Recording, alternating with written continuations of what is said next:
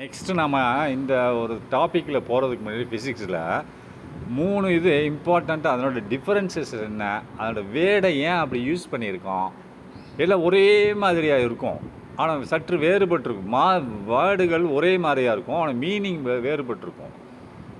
கொஞ்சம் மாற்றி போட்டிங்கன்னா போயிடும், மார்க் போயிடும். இப்போ பண்ணாலும் பாருங்கள், சார்ஜுன்னு என்ன, ஃபஸ்ட்டு சார்ஜ், கரண்ட்டில் சார்ஜுன்னு என்னன்னு நல்லா தெரியணும்.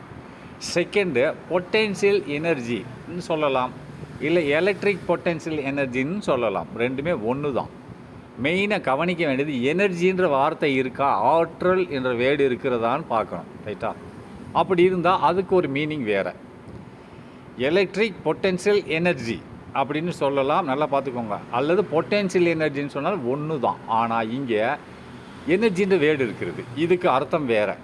எதற்கு வேறுன்னா இன்னொன்று சொல்கிறேன். என்னென்னா எலக்ட்ரிக் பொட்டென்ஷியல்னு ஒன்று இருக்குது. இந்த electric potential and electric potential energy, இந்த ரெண்டுக்கும் என்ன வேறுபாடு, சரியான வேறுபாடு தெரியும். பல ஆசிரியர்கள் அவங்களே குழப்படியில் இருப்பாங்க. இது மூணுமே ஒன்றுக்குள்ளே ஒன்று தொடர்பாக இருக்கும், ஒரே மாதிரியாக இருக்கும். எலக்ட்ரிக் பொட்டென்ஷியல் எனர்ஜி, அந்த எனர்ஜின்ற வேர்டு இருந்தாலே மீனிங் வேறு. எதுலேருந்து மீனிங் வேறு? எலக்ட்ரிக் பொட்டென்ஷியல்லேருந்து இது அர்த்தம் வேறு. ரெண்டுக்கும் வேலைகள் வெவ்வேறு. அப்போ சார்ஜுன்னா அது ஒரு வேலையை சுமைக்கும். அப்போ சார்ஜுன்னா என்னென்னா மின் சுமைன்னு அர்த்தம். இப்போ ஒவ்வொரு பொருளும், இப்போ கரண்ட்டு ஓடுது, எப்படி ஓடுது அப்படின்னு சொன்னால் மின் சுமை தான் charge. Positive charge or negative charge ஏதோ ஒன்று இருக்கும். ரைட்டா? அதேமாரி எலக்ட்ரிக் பொட்டென்ஷியல் எனர்ஜி அப்படின்னு சொன்னால் இது ஒரு ஆற்றல். எனர்ஜினா ஆற்றல். பொட்டென்ஷியல் என்னது? திறன்னு சொல்லலாம். அதேமாரி எலக்ட்ரிக்னு என்னது? மின்சாரம்னு அர்த்தம். மின் திறன் ஆற்றல்னு சொல்லலாம், அல்லது மின் புல ஆற்றல்னு சொல்லலாம், இல்லை மின் அழுத்தம். பொட்டென்ஷியல் அழுத்தம்னு வச்சுக்கோங்க, கரெக்டான மீனிங் அழுத்தம்னு சொல்லலாம். ஆனால் தமிழில் மாறி இருக்கும். நீங்கள் இங்கிலீஷை மட்டும் பார்த்துக்கணும். ரைட்டா? மின் அழுத்த ஆற்றல். ரைட்டா? அப்போ மின் அழுத்த ஆற்றல் இது என்னதுன்னா ஒன்றுமே இல்லை, நான் சொல்கிறேன். அதேமாதிரி இங்கே வாங்க, செகண்ட் எலக்ட்ரிக் பொட்டென்ஷியல். அப்போ மின் அழுத்தம் நின்று வச்சு, இங்கே எனர்ஜி இல்லை. ரைட்டா? என்ன இல்லை? ஸ்னோ எனர்ஜி, ஆற்றல்ன்ற வேடே இல்லை. இப்போ வாங்க ஃபஸ்ட் சார்ஜுன்னு என்னென்னு பார்ப்போம். இப்போ நான் சிம்பிளாக சொல்கிறேன். ஒரு பொருள், எந்த ஒரு பொருளாக இருந்தாலும் சரி, whatever it may, match பாக்ஸோ cigarette, whatever it may be, எதுவானா இருக்கட்டும். ரைட்டா? எவ்வரி மேட்டர்னா பொருள் கன்சிஸ்ட் ஆஃப் ஆட்டம்ஸ், அணுக்களை கொண்டுள்ளது, பல ஆட்டங்களை கொண்டிருக்கும். அதேமாரி ஒவ்வொரு ஆட்டமும் ஒரு சார்ஜஸை கொண்டிருக்கும். பாசிட்டிவ் சார்ஜாக இருக்கும், நெகட்டிவ் சார்ஜாக இருக்கும். இப்போ நம்ம சீப்பு இருக்குது, நான் சீப் எடுத்து நான் தலையில் சீவுறேன், முடியில் சீவுறேன். சீவி முடித்த உடனே ஒரு பேப்பர் பக்கத்தில் கொண்டு நான் வச்சேன், என்ன சீப்பை, அந்த பேப்பர் அந்த சீப்பு இழுக்கும், கொஞ்ச நேரத்துக்கு இழுக்கும், பிறகு விட்டுரும். அது எதுக்கு இழுக்குது? என்ன மீனிங்னா, அது என்னோட முடியில் சீவும் போது முடியில் உள்ள எலக்ட்ரான்கள் எதில் போகிறது? சேஞ்ச் ஆகிடும். எதில் போயிடும்? முடியில் உள்ள எலக்ட்ரான்கள் எதுக்கு போயிடும்? சீப்புக்கு போயிடும். அப்போ நெகட்டிவ்லி சார்ஜ்டு. எது சீப்பு நெகட்டிவ்லி சார்ஜ், அதுக்குள்ளே இருக்கும். அந்த நேரத்தில் கொண்டு போய் நான் ஒரு பேப்பரை பக்கத்தில் வச்சேன்னா அது பேப்பரை அட்ராக்ட் பண்ணும். பாசிட்டிவ்லி சார்ஜ் ஆனால் பேப்பரை இழுக்கும். கொஞ்ச நேரம் தான் இழுக்கும். அதுக்கடுத்து என்ன, ஏன் இழுக்காதுன்னு கேட்கலாம். ஏன் இழுக்காதுன்னா, அந்த எலக்ட்ரான்கள் அதிகமாக வந்திருந்தது இல்லையா சீப்பில், அது கொஞ்ச நேரத்தில் என்ன ஆயிரும்னா மீதி உள்ள அதுக்கு எவ்வளோ எலக்ட்ரான் அதிகமாக வந்திருக்கோ அந்த எலக்ட்ரான்களை காற்றுல போயிடும். ரேடியேட்டட் இன் ஏர் போயிட்டு சிரமமாகிடும். ரைட்டா? ஒவ்வொரு ஆட்டமே எலக்ட்ரிக்கலி நியூட்ரல். ஏன்னா proton is positive charge, electron is negative charge. அப்போ எண்ணிக்கையில் ரெண்டுமே சமமாக இருக்கும். பாசிட்டிவ் 12னா நெகட்டிவ் 12, பாசிட்டிவ் 10னா நெகட்டிவ் 10. அப்படி எண்ணிக்கையில் சமமாக மாதிரி சார்ஜு டிஃப்ரெண்ட்டு. இது எதிர்முன்புலம், இது நேர்முன்புலம். அப்படின்னா நியூட்ரல் சார்ஜ் இஸ் நியூட்ரல், 0. ரைட்டா? இதை நல்லா ஞாபகம் வச்சுக்கோங்க. இப்போ இதுதான் சார்ஜில் மின் சுமைன்னு அர்த்தம். இப்போ பாசிட்டிவ் சார்ஜ் என்ன செய்யும்? எலக்ட்ரிக் ஃபீல்டு எப்படி உண்டாக்கும்? Radially outward. எப்படி? எலக்ட்ரிக் ஃபீல்டு மின் புலம்னு அர்த்தம். அதனை சுற்றி ரேடியலி அவுட்வேர்டு, சென்டர்லேருந்து செங்குத்தாக வெளிநோக்கி செல்லும். அதேமாதிரி நெகட்டிவ் சார்ஜ் எலக்ட்ரான்கள். இப்போ பாசிட்டிவ் சார்ஜ்னால் புரோட்டான்கள் அதிகமாக இருந்ததுன்னா அது எப்படி செய்யும்? ஒரு எலக்ட்ரிக் ஃபீல்டை உண்டாக்கும், தன்னை சுற்றி ஒரு மின்புலத்தை உண்டாக்கும். அது எவ்வாறாக? ரேடியலி அவுட்வேர்டு, வெளிநோக்கி செல்லும். அதேமாதிரி நெகட்டிவ்லி சார்ஜு அப்படின்னா எலக்ட்ரான்கள் அதிகமாக இருந்தால் அது இன்வேர்டு, ரேடியலி இன்வேர்டு. ரேடியல்னால் தெரியுமா? ரேடியேஷன் ஒரு சர்க்கிள், அதில் சென்டரில் போட்டு ஒரு அவுட்டர் கோடுக்கு ஒரு கோடு இழுத்தீங்கன்னா ரேடியலே ரேடியேஷன் சொல்கிறோம்னா ஆரம். அப்போ 2 ஆரம் சேர்ந்தால் ஒரு டயமீட்டர், ரைட்டா? நல்லா பார்த்துக்கோங்க. இங்கே இதில் படத்தை நான் உங்களுக்காக டிராயிங் வரைஞ்சது, ரைட்டா? இப்போ எலக்ட்ரிக் கரண்ட், எலக்ட்ரிக் சார்ஜ்னாலும் எலக்ட்ரிக் சார்ஜ் 2 ஒன்று தான். அங்கே பாருங்கள் என்ன போட்டிருக்கா, ஒன்று எல்லா பொருளையும் ஒன்று பாசிட்டிவ் சார்ஜ் இருக்கும், இல்லை நெகட்டிவ் சார்ஜ் இருக்கும். இந்த வரங்க படத்தில் பாசிட்டிவ் சார்ஜ் அண்ட் இன்னொன்று நெகட்டிவ் சார்ஜ். இப்போ பாசிட்டிவ் சார்ஜ் என்ன செய்யும்? ரெண்டுமே பாசிட்டிவ் சார்ஜாக இருக்குது, லெஃப்ட்லேயும் ரைட்லேயும். என்ன செய்யும்? அப்போ நல்லா பார்த்துக்கோங்க. ஃபஸ்ட் என்ன போட்டிருக்கான், இந்த அன்லைக் சார்ஜஸ் அட்ராக்ட். அப்படின்னு அன்லைக் சார்ஜஸ் என்னது? ஒன்று பாசிட்டிவ், ஒன்று நெகட்டிவ். இப்போ மேக்னெட்டில் north pole and south pole will attract பண்ணுது இல்லையா? அதே மாதிரி சவுத்து ரிப்பல்ஸ் பண்ணுது மேக்னெட்டில். Same pole will repel, different poles will attract. அப்போ அதே மாதிரி சார்ஜஸில் வெவ்வேறு சார்ஜஸ் இருந்ததுன்னா அட்ராக்ட் பண்ணும், சேம் சார்ஜஸ் இருந்ததுன்னா ரிப்பல்ஸ் பண்ணும், எதிர்த்து தள்ளிவிடும். ரிப்பல்ஸ்னால் எதிர்த்து தள்ளிவிடும். அப்போ இங்கே பாருங்கள், ஒன்றில் பாசிட்டிவ் சார்ஜ், இன்னொன்று நெகட்டிவ் சார்ஜ், அட்ராக்ஷன். அடுத்த 2வது படத்தை பாருங்கள், லைக் சார்ஜஸ்னால் ஒரு ரெண்டுமே நெகட்டிவ், ரெண்டுமே பாசிட்டிவ். இந்த என்ன செய்யும்? ரெண்டுமே நெகட்டிவாக இருக்குது, 2 சார்ஜஸ். அப்போ என்ன ஆகும்? ரிப்பல்ஸ் பண்ணும், எதிர்த்து தள்ளிவிடும். டேரெக்ஷனை பாருங்கள், எதிர்த்து போட்டிருக்கானா? இங்கே பாருங்கள், நல்லா பார்த்துக்கோங்க. இது என்னது? லைக் சார்ஜஸ், ரெண்டுமே டிஃப்ரெண்ட் சார்ஜஸ். இது என்ன செய்யுது? ஒன்றுக்குள்ள ஒன்று அட்ராக்ஷன் பண்ணுகிறது, ரைட்டா? அட்ராக்ட் பண்ணுறது சிம்பிள் பார்த்தீங்களா? அதேமாதிரி இது என்னது? என்ன செய்யுது? பாசிட்டிவ், இதுவும் பாசிட்டிவ். அப்போ ரிப்பல்ஸ் இப்படி தள்ளி விடுது, ரைட்டா? இது நெகட்டிவ் இப்போ இது தள்ளி விடுது. அப்போ இதுதான் மேட்ரு, ரைட்டா? இதோட படிக்கோங்க, சார்ஜ் போதும். அடுத்து நெக்ஸ்ட்டு எலக்ட்ரிக் பொட்டன்ஷியல் எனர்ஜி. மின் பொட்டன்ஷியல், திறன், ஆற்றல். திறன்னா பொட்டன்ஷியல் அதில் இருக்கிறது. மின் அழுத்த ஆற்றல்னு சொல்லலாம், ரைட்டா? மின் அழுத்த ஆற்றல்னு சொல்லலாம். அழுத்தம்னு வச்சுக்கோங்களேன், பொட்டன்ஷியல் அழுத்தம் அப்படின்னா அதில் இருக்கிறது, ரைட்டா? என்ன இருக்கிறது? ஆற்றல் இருக்கிறது. எவ்வளோ திறனை இருக்கிறதுன்ற, ரைட்டா? இப்போ இதுக்கு என்ன மீனிங்னு சொல்கிறான்னு பாருங்களேன். என்ன சொல்கிறான்னு பாருங்கள். It is the energy possessed by the charge because of its position in an electric field. ஒரு எலக்ட்ரிக் ஃபீல்டு, மின்புலம். மின்புலம்னு என்னது? ஒரு சார்ஜ் அதனை சுற்றி என்ன செய்யும்?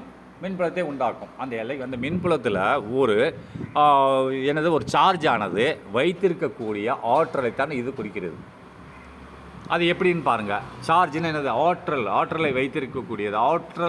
ஆற்றலை பற்றி சொல்லுவது தான், நல்லா பார்த்துங்க, ஆற்றலை பற்றி சொல்லுவது தான்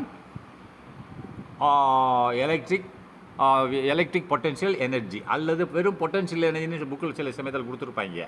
அது 2 ஒன்று தான். அந்த எலக்ட்ரிக் பொட்டன்ஷியல் ஆற்றலை பற்றி, அதாவது ஆற்றலை வைத்திருக்கக்கூடியது தான், ஆற்றலை வைத்திருக்கக்கூடியதை சொல்லுவது தான் எலக்ட்ரிக் பொட்டன்ஷியல், ரைட்டா? அப்போது எதில்? ஒரு எலக்ட்ரிக் ஃபீல்டில் ஒரு ஏதாவது ஒரு சார்ஜு எவ்வளவு ஆற்றலை வைத்திருக்கிறது என்பதை சொல்கிறது தான் இது, ரைட்டு? உதாரணமாக எப்படின்னு சொல்கிறேன் பாருங்கள். இப்போ இந்த பெரிய Q இருக்கு இல்லையா? Positive charge. இங்கே பாருங்கள், நான் படத்தை போட்டு காமிக்கிறேன். இந்த பெரிய Q இருக்கு இல்லையா?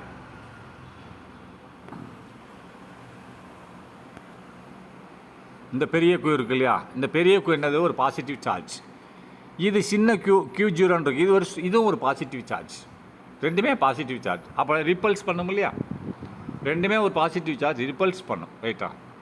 அப்போது ரிப்பல்ஸ் பண்ணும்போது அதுக்கு ஒரு விசை இருக்கும்.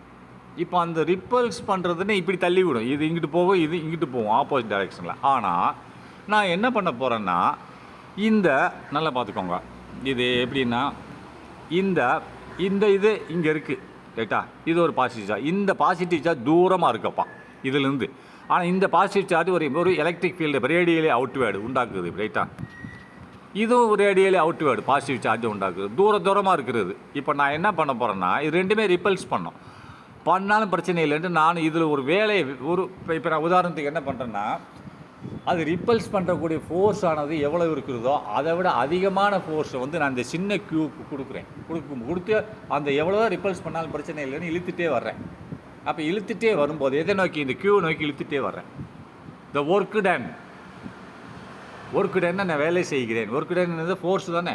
ஃபோர்ஸ்னு என்னது? Work done. வேலை செய்கிறது என்ன? ஃபோர்ஸ் தானே, திசை தானே. இப்போ நான் ஒரு புத்தகத்தை இழுக்கிறேன், அதை நீ சாதாரண மனசில் வேலை செய்கிறேன்னு சொல்கிறேன். இல்லை ஒரு டேபிள் இழுக்கிறேன், அது வேலைன்னு சொல்கிறீங்க. நான் என்ன சொல்கிறேன்? ஒரு ஃபோர்ஸ்ன்னு சொல்கிறேன்.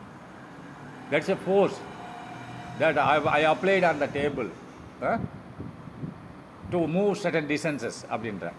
புரியுதா? அப்போது அதுக்கு மீனிங் ஒர்க்கு டன். வேலைன்னு சொன்னாலும் ஃபோர்ஸ்ன்னு சொன்னாலும் ரெண்டும் ஒன்று தான். ரைட்டா?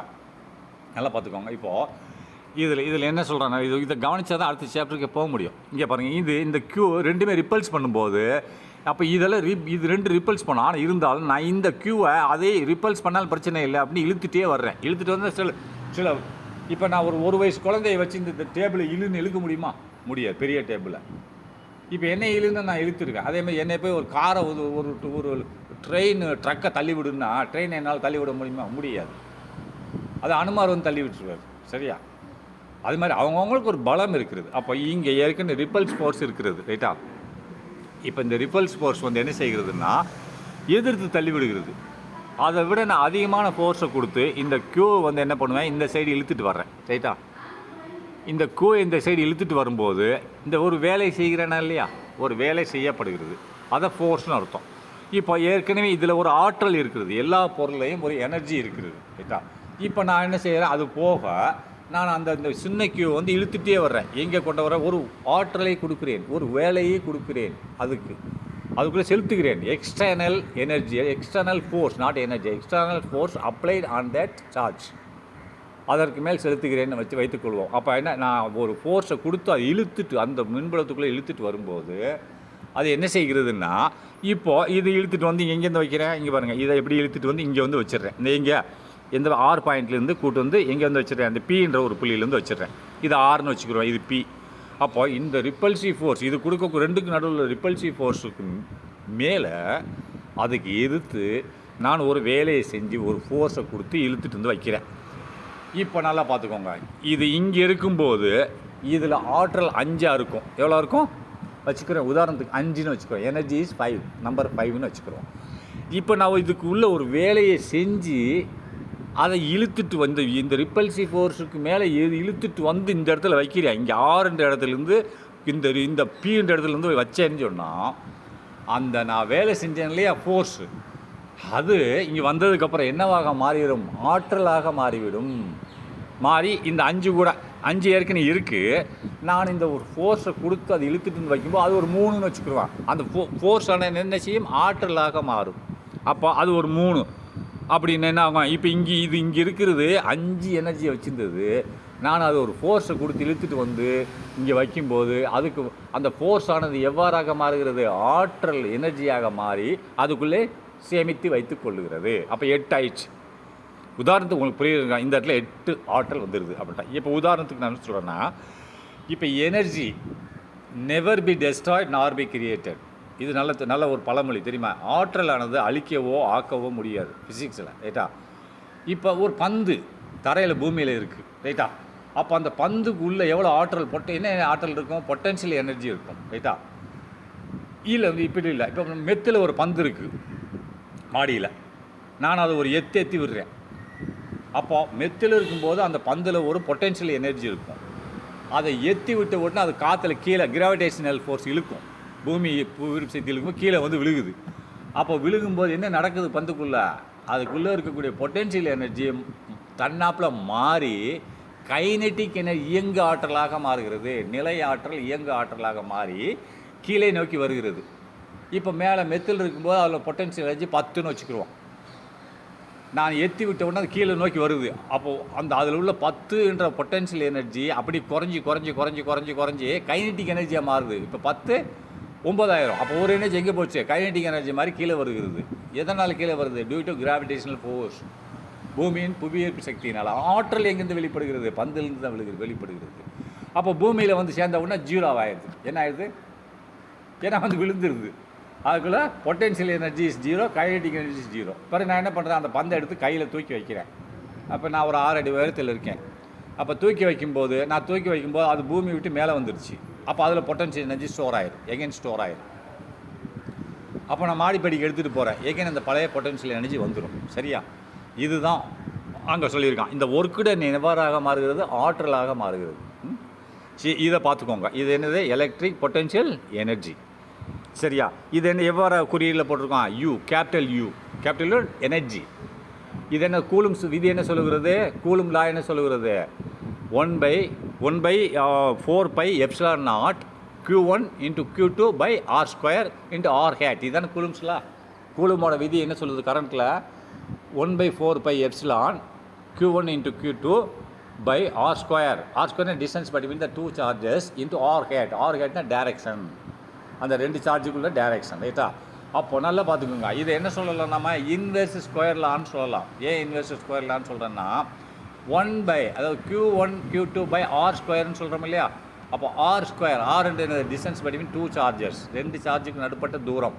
அதை ஆர் ஸ்கொயர்ன்றதுனால, ஸ்கொயர்னே ரூட்டு தானே, அதை இன்வெர்ஸ் ஸ்கொயர். இன்வெர்ஸ்னால் இப்போ என்ன சொல்கிறான், இப்போ கூலும் விதி என்ன சொல்லுது, ஃபோர்ஸ் ஈக்குவல் டு என்ன சொல்லுது, by 1/4 pi epsilon naught Q1 Q2 by R ஸ்கொயர்ன்றான். அப்போ அந்த ஆர் ஸ்கொயர் எதற்கு, ஃபோர்ஸுக்கு இன்வெர்ஸாக இருக்கார்கள் இல்லை, not directly proportional, inversely proportional. R is the 1/r தானே, Q1/Q2னா ஆர், அப்படின்னா ஆர் ஸ்கொயர் அப்படின்றது இன்வெர்ஸ்லி ப்ரொபோஷனல். அதனால தான் இது என்ன, இது இன்னொன்று சொல்லுவாங்க, இது கூலும்ஸ் விதியை இன்னொரு பேர் என்னது, இன்வெர்ஸ் ஸ்கொயர் லா. இன்வெர்ஸ்னால் தலைகீழ், அது 1/r ஸ்கொயர். இன்வெர்ஸ் ஸ்கொயர்னா ஆர் ஸ்கொயர். அப்போ இன்வெர்ஸ் ஸ்கொயர் லா விதிமுறைன்னு சொல்லலாம், கூலும்ஸ் லான்னு சொல்லலாம், இல்லை இன்வெர்ஸ் ஸ்கொயர் லான்னு சொல்லலாம். புரியுதா? சரி, நெக்ஸ்ட் பார்த்துக்கோங்க. இதனோட விதிமுறை அதான் சொல்ல, யூ ஈக்குவல் டு, இங்கே ஏன் பெரிய Q சின்ன Q கொடுத்துருக்காங்கன்னா 2 Q, இது பெரிய Q சார்ஜ், சின்ன Q சார்ஜ், பை ஆர்னு கொடுத்துட்டோம் டிஸ்டன்ஸ். ஆனால் ஆக்சுவல் ரூல் ஆர் ஸ்கொயர். சரி பார்த்துக்கோங்க.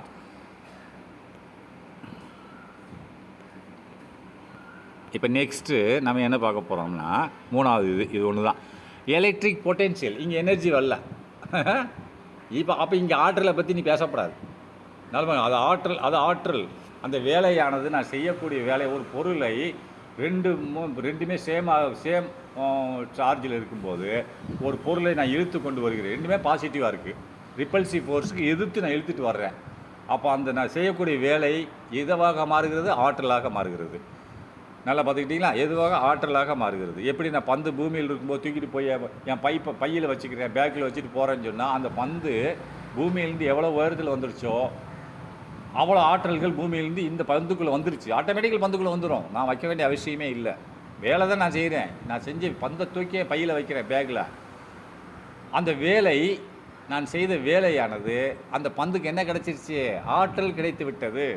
நான் அப்படியே நகர்ந்து போகிறேன், படிக்கட்டு ஏறி போகிறேன், எதை தூக்கிட்டு, அந்த பந்தை தூக்கிட்டு போகிறேன். நான் எவ்வளோ மாடிப்படை ஏற அந்த பந்தோட பொட்டென்ஷியல் எனர்ஜி கூட்டிக்கிட்டே இருக்கும்.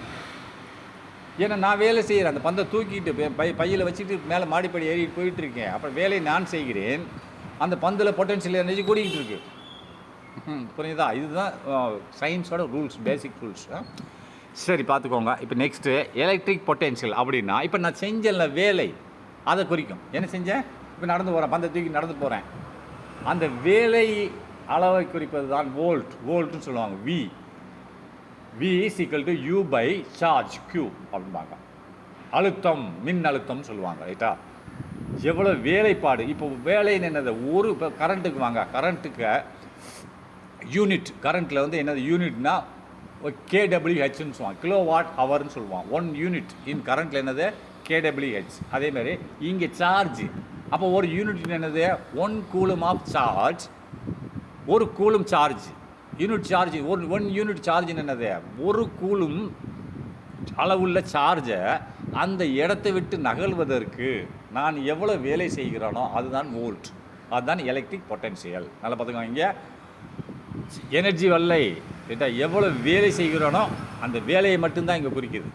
அங்கே அந்த வேலை ஆற்றலாக மாற்றுகிறது, இது அந்த வேலை மட்டும். ஆனால் வேலை per unit charge. Unit charge என்னது, 1 coulomb charge will move from a place to another place. அந்த இதுக்கு மூவ் பண்ணுறதுக்கு நான் எவ்வளோ வேலை செய்கிறேனோ அந்த வேலையின் அளவு தான் வோல்ட். அப்போ V is equal to U. யூனா சார்ஜ், அதுக்குள்ளே எவ்வளோ சார்ஜ் இல்லை, எனர்ஜி, பொட்டென்ஷியல் எனர்ஜி எவ்வளோ இருக்கிறதோ டிவைடட் பை சார்ஜ் Q. எது whatever it may be, Q or Q டேஸ். அப்படி அது யூனிட் சார்ஜை குறிக்கும். ஒரு யூனிட் சார்ஜ் ஒரு கூலும்னு அர்த்தம். சரி நல்லா பாருங்கள், இந்த படத்தில் என்ன போட்டிருக்கான் பாருங்கள், என்ன போட்டிருக்கான், எலக்ட்ரிக் பொட்டென்ஷியல் வியில் போட்டிருக்கானா, இது வின்னு போட்டான். அது U, கேபிட்டல் U, அது எனர்ஜி, இது ஆற்றல், இது வேலை. Electric potential at a point, ஒரு புள்ளி, இதில் எலக்ட்ரிக் பொட்டென்ஷியல் எனர்ஜி. அப்போ to the electric potential per unit charge at the field அப்படின்றா இந்த ஃபீல்டில் வந்து அட் த வாட்டிய பாயிண்ட் ஒரு பாயிண்ட் இந்த போட்டுக்காம பாருங்க இந்த பாயிண்ட் இந்த பீன்ற பாயிண்ட் ரைட்டா இது பாசிட்டிவ் சார்ஜ். இப்போ இந்த பீன்ற ஒரு பாயிண்டில் என்னது இந்த பீன்ற பாருங்க அதை போட்டுங்க அந்த electric potential at A point இந்த பாயிண்டில் எலக்ட்ரிக் பொட்டன்ஷியல் என்னது வேலைப்பாடு எனர்ஜி கிடையாது ஆற்றல் கிடையாது ரைட்டா வேலை அதாவது மின் அழுத்தம்னு அர்த்தம். அது மின் அழுத்த ஆற்றல் கிடையாது இது வேலை இதை குறிக்கிறது வியை குறிக்கிறது மின் அழுத்தமானது அட் ஏ பாயிண்ட் இந்த புள்ளியில் எவ்வாறாக இருக்கிறது எலக்ட்ரிக் பொட்டன்ஷியல் எனர்ஜியாக இருக்கிறது. இந்த இடத்துல என்னவாக இருக்குது இது வந்து எனர்ஜி ஆகிடுச்சு. எவ்வளோ எனர்ஜி இருக்கோ அந்த எனர்ஜியில் உள்ள ஆற்றல் ஒரு யூனிட் இதில் உள்ள ஆற்றல் தானே குறிக்கும். ஆற்றல் வந்து ஒரு யூனிட்டு எலக்ட்ரிக் சார்ஜை நான் எடுத்து செல்வதற்கு தேவைப்படும் ஆற்றலின் வேலை தான் வோல்ட் ரைட்டா. சரி அதை கூட விட்டுருங்க நான் படிக்கிறது மட்டும் ஞாபகம் வச்சுக்கோங்க. இப்போ இந்த நான் இது சொல்கிறேன் பாருங்களேன். அதாவது என்ன சொல்கிறேன் கன்சிடர் ஏ பாயிண்ட் பி இந்த பி என்ற ஒரு புள்ளியை நீங்கள் பார்த்துக்கோங்க ரைட்டா. Kept at a distance R என்ற தூரத்தில் வைக்கப்பட்டுள்ளது. எங்கேருந்து ஃப்ரம் கியூ இந்த கியூன்ற புள்ளியிலிருந்து ஒரு பி என்ற புள்ளி ஆர் என்ற தூரத்தில் இருக்கிறது ரைட்டா. இப்போ இந்த பி என்ற புள்ளி இருக்கு இல்லையா இந்த புள்ளியில் வந்து இந்த என்ன சார்ஜ் இருக்கும் ஒரு யூன்ற சார்ஜ் இருக்கும் ரைட்டா. எல்லாத்துலேயும் யூன்ற சார்ஜ் மொத்தம் இருக்கும். அடுத்து நெக்ஸ்ட்டு இந்த இதுக்கு வாங்க. இந்த இதில் என்ன கொடுத்துருக்கான் எலக்ட்ரிக் பொட்டன்ஷியல் அட் இந்த எலக்ட்ரிக் பொட்டன்ஷியல் வேலைப்பாடு electric potential at P is இருக்கிறது. பியில் எலக்ட்ரிக் பொட்டன்ஷியல் எவ்வளோ இருக்கிறது electric potential 1 unit of charge to move from that place to another place. இந்த ஒர்க் டன் வேலை எவ்வளோ செய்யப்படுகிறதோ அதான் குறிக்கும். அப்போ electric potential at P is potential energy per unit charge சொல்லிட்டானா. எலக்ட்ரிக் பொட்டன்ஷியல் என்பது என்னவென்றால் நல்லா பார்த்து எலக்ட்ரிக் பொட்டன்ஷியல் ஈஸ் இருக்கிறது என்னவென்று இருக்கிறதுனா நல்லா பார்த்துக்கோங்க ஈஸ் த பொட்டன்ஷியல் எனர்ஜி ஒரு ஆற்றல் அதுக்குள்ளே இருக்க ஆற்றல் வேலையாக ஒரு யூனிட் சார்ஜை மூவ் பண்ணுவதற்கு அதில் உள்ள ஆற்றலானது வேலையாக மாறுகிறது. இப்போ நான் ஒரு கட்டில் வந்து இழுத்துகிட்டே போகிறேன் ஒரு 1/2 கிலோமீட்டர் தூரத்துக்கு. அப்போ நான் சாப்பிட்ட சாப்பாட்டில் உள்ள எனர்ஜி பூரா வெளியில் போயிடும். நான் இப்போ 1 மணி நேரம் உனக்கு கிளாஸ் எடுத்துகிட்டு இருக்கேன் அதுக்கு என்னோடய ஆற்றல் தான் வெளியே போயிட்டுருக்கும். நான் சாப்பிட்ட சாப்பாடில் காவாசி அதில் நான் பேசுறதெல்லாம் ஓடிடும். அப்போ அதனால தான் நான் ஆற்றல் இருந்தால் தானே பேச முடியும். இப்போ காய்ச்சல் அடிச்சு ஒருத்தன் பட்டு கிடக்கான் அவன் பேச முடியுமா 1 மணி நேரம் பேச முடியாது. இந்த நோ எனர்ஜி ரைட்டா அங்கே எனர்ஜி இல்லை. அதனால் ஆற்றல் வேலையாக மாற்றப்படுகிறது அதான் வோல்ட். அப்போ இந்த பின்றது ஒரு யூனிட் சார்ஜ் ஒரு கூலும் சார்ஜ் எடுத்து செல்வதற்கு அதில் தேவைப்படும் ஆற்றலானது வேலையாக மாற்றப்படுகிறது. அதைத்தான் இதில் சொல்லியிருக்கான். இது ரெண்டும் ஞாபகம் வச்சுக்கோங்க. யாருன்னு நம்ம அப்போ தான் டாபிக் போக முடியும். அப்போ என்ன சொல்கிறான் வி ஈக்குவல் வீன் என்னது வோல்ட் அழுத்தம் ரைட்டா. அதோட திறன் இல்லை வேலை என்னது மின் அழுத்தம்னு சொல்லுவாங்க. அப்போ ரெண்டு ஒன்று பொட்டன்ஷியல்னு சொல்லுவாங்க. அதாவது V equal U by Q யூன்னு என்னது அதில் ஸ்டோர் ஆகிருக்கக்கூடிய energy by Q 1 unit of charge ஒரு யூனிட் ஆஃப் சார்ஜ். இதுதான் அந்த ஃபார்முலா. இதை நீங்கள் கவனமாக பார்த்துக்கோங்க. பார்த்துக்கிட்டு தான் நம்ம வந்து அடுத்ததுக்கு இங்கேருந்து கிளம்ப முடியும் பேச முடியும். இதில் அதை படமும் போட்டு காமிச்சிருக்கேன். இந்த படத்தில் வந்து நீங்கள் இந்த பி என்ற ஒரு புள்ளி இருக்கு இல்லையா இந்த பி என்ற புள்ளியை நம்ம மூவ் பண்ணுறதுக்கு தான் சொல்லியிருக்கோம். அப்போ இந்த 3 ஆயிடுச்சு. இப்போ electric potential and electric potential energy and electric charge. Electric சார்ஜ்னாலும் சரி வெறும் சார்ஜ்னாலும் சரி ரெண்டும் ஒன்று தான் சரியா. சரி ஓகே.